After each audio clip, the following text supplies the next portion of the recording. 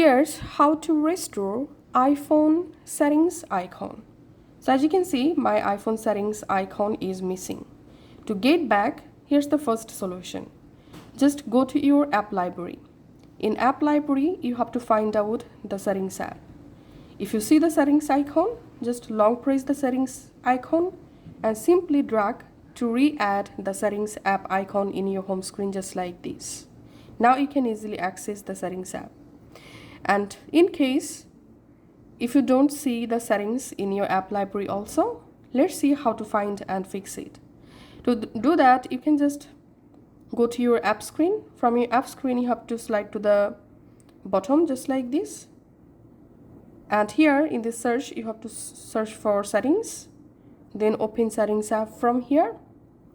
Then open general settings. Scroll down. Tap on transfer reset iPhone. Tap on reset. And you have to reset your home screen layout.